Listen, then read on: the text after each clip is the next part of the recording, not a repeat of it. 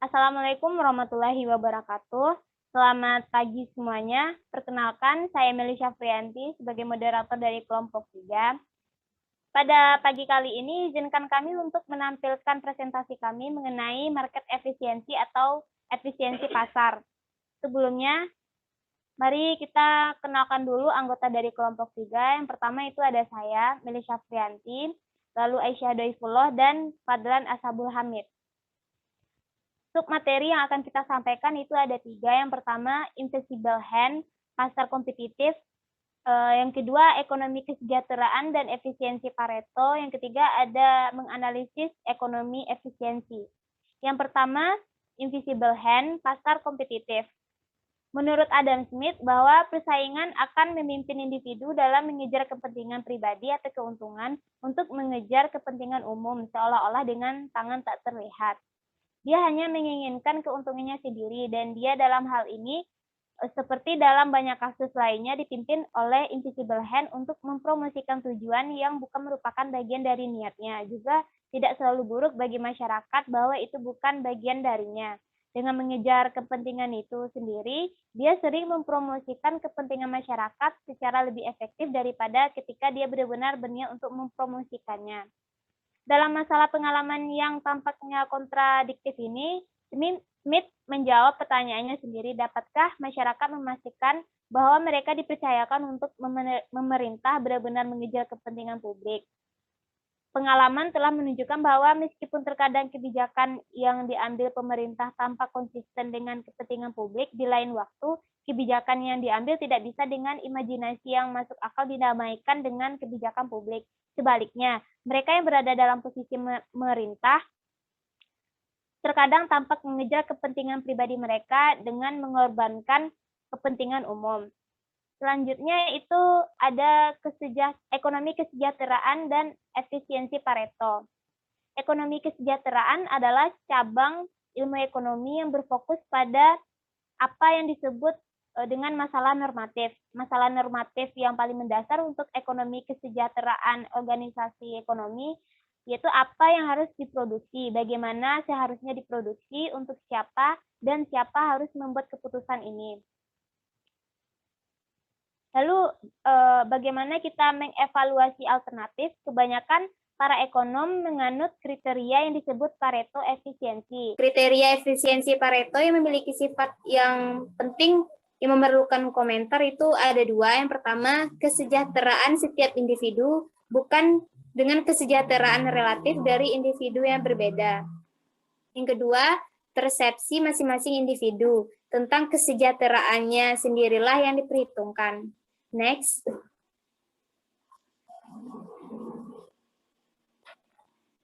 Selanjutnya ada teorema dasar ekonomi kesejahteraan. 2 hasil terpenting dari ekonomi kesejahteraan menggambarkan hubungan antara pasar kompetitif dan efisiensi Pareto. Hal ini yang disebut teorema dasar ekonomi kesejahteraan.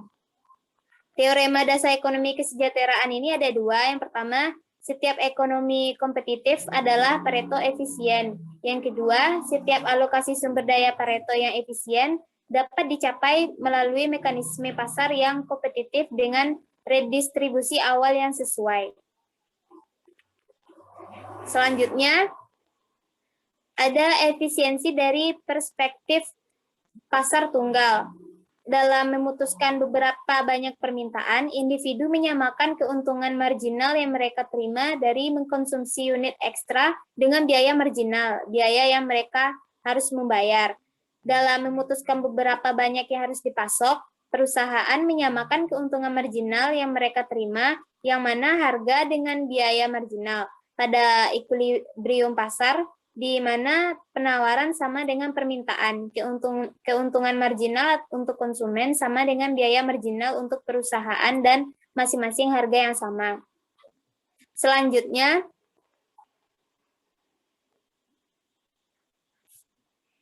Selanjutnya menganalisis ekonomi efisien yang akan disampaikan oleh Aisyah Doifullah. Kepada Aisyah dipersilahkan. Baik, terima kasih kepada moderator atas waktunya. Perkenalkan, nama saya Aisyah Doifullah. BP 191054/2020.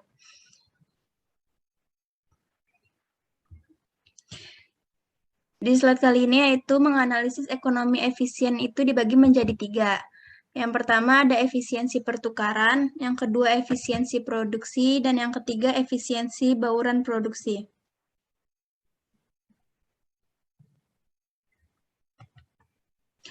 Nah, yang pertama ini ada kurva kemungkinan utilitas. Kurva kemungkinan utilitas ini memberikan tingkat utilitas maksimum yang dapat dicapai oleh satu individu, yaitu satu individu Friday, karena diberikan tingkat utilitas individu lain, yaitu tingkat utilitas individu Crusoe. Nah, di sepanjang perbatasan, Crusoe ini tidak mungkin mengkonsumsi lebih banyak, kecuali jika Friday ini mengkonsumsi lebih sedikit. Karena itu, kurva kemungkinan utilitas ini miring ke bawah. Karena semakin tinggi utilitas Crusoe, semakin rendah tingkat utilitas maksimum Friday. Selanjutnya yaitu kurva kemungkinan utilitas. Kurva kemungkinan utilitas ini menelusuri tingkat utilitas maksimum yang dapat dicapai oleh dua konsumen. Gambar yang menunjukkan batas kemungkinan utilitas untuk Crusoe dan Friday ini menunjukkan tingkat utilitas maksimum Friday yang berdasarkan tingkat utilitas Crusoe atau sebaliknya. Nah, hal ini berhubungan dengan efisiensi Pareto, yaitu kondisi yang terjadi ketika sumber daya dialokasikan sedemikian rupa sehingga tidak mungkin untuk membuat seseorang menjadi lebih baik tanpa membuat orang lain lebih buruk. Jadi, jika suatu perekonomian efisiensi Pareto, ia harus beroperasi sepanjang batas kemungkinan utilitas. Selanjutnya yaitu ada kurva efisiensi pertukaran. Kurva efisiensi pertukaran ini menyangkut distribusi barang. Contohnya itu ada satu set barang tertentu yang tersedia. Efisiensi pertukaran menyatakan bahwa barang-barang tersebut itu didistribusikan sehingga tidak ada yang dapat dibuat lebih baik tanpa membuat orang lain menjadi lebih buruk.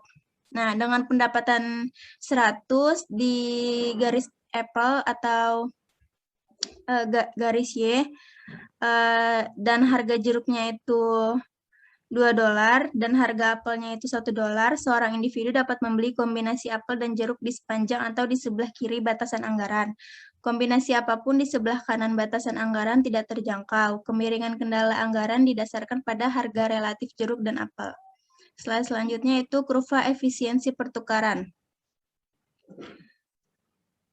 Efisiensi pertukaran ini menyangkut distribusi barang. Ada satu set barang tertentu yang tersedia.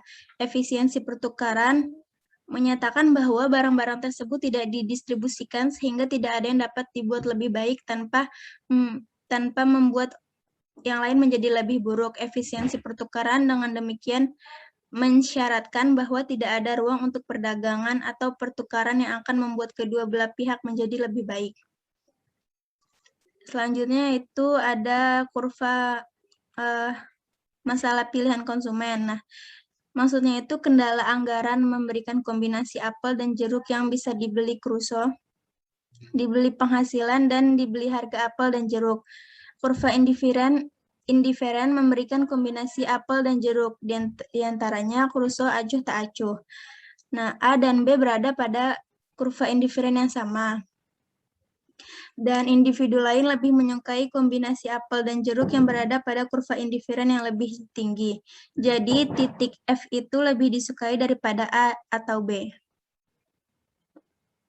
Selanjutnya itu masalah pilihan konsumsi. Masalah pilihan konsumsi pada titik singgung, kemiringan kurva indiferen identik dengan kemiringan kendala anggaran. Tetapi kemiringan kurva indiferen adalah tingkat substitusi marginal dan kemiringan kendala anggaran adalah rasio harga. Jadi individu memilih kombinasi apel dan jeruk di mana tingkat substitusi marginal sama dengan rasio harga. Ini ada kurva efisiensi pertukaran. Maksudnya itu efisiensi pertukaran di dalam kurvanya itu memberikan apel dan jeruk yang tersedia. Garis yang menarik dari O dan A dan OB memberikan konsumsi Crusoe atas dua komoditas. Kemudian Friday mendapatkan apa yang tidak dikonsumsi Crusoe, itu adalah O ke A dan O ke B. Efisiensi Pareto membutuhkan tangensi dari dua kurva indiferen. Salah satunya itu yang berada di titik E, di mana tingkat substitusi marginal dari apel dan jeruk adalah sama. Kurva efisiensi pertukaran yaitu di dalam kurva memberikan apel jeruk yang tersedia seperti yang tadi saya gambarkan di dalam kurva ini. Selanjutnya saya kembalikan kepada moderator. Baik, selanjutnya efisiensi produksi yang akan dijelaskan oleh Fadlan Ashabul Hamid. Kepada Fadlan dipersilahkan. Baik, terima kasih moderator. Pada kesempatan kali ini saya akan membahas tentang efisiensi produksi. Pada efisiensi produksi itu jika suatu perekonomian tidak efisien secara produktif, ia dapat memproduksi lebih banyak barang tanpa mengurangi produksi barang lain. Analisis yang digunakan untuk menentukan apakah suatu ekonomi efisien secara produktif serupa dengan yang digunakan atas efisien pertukarannya. Ada selanjutnya.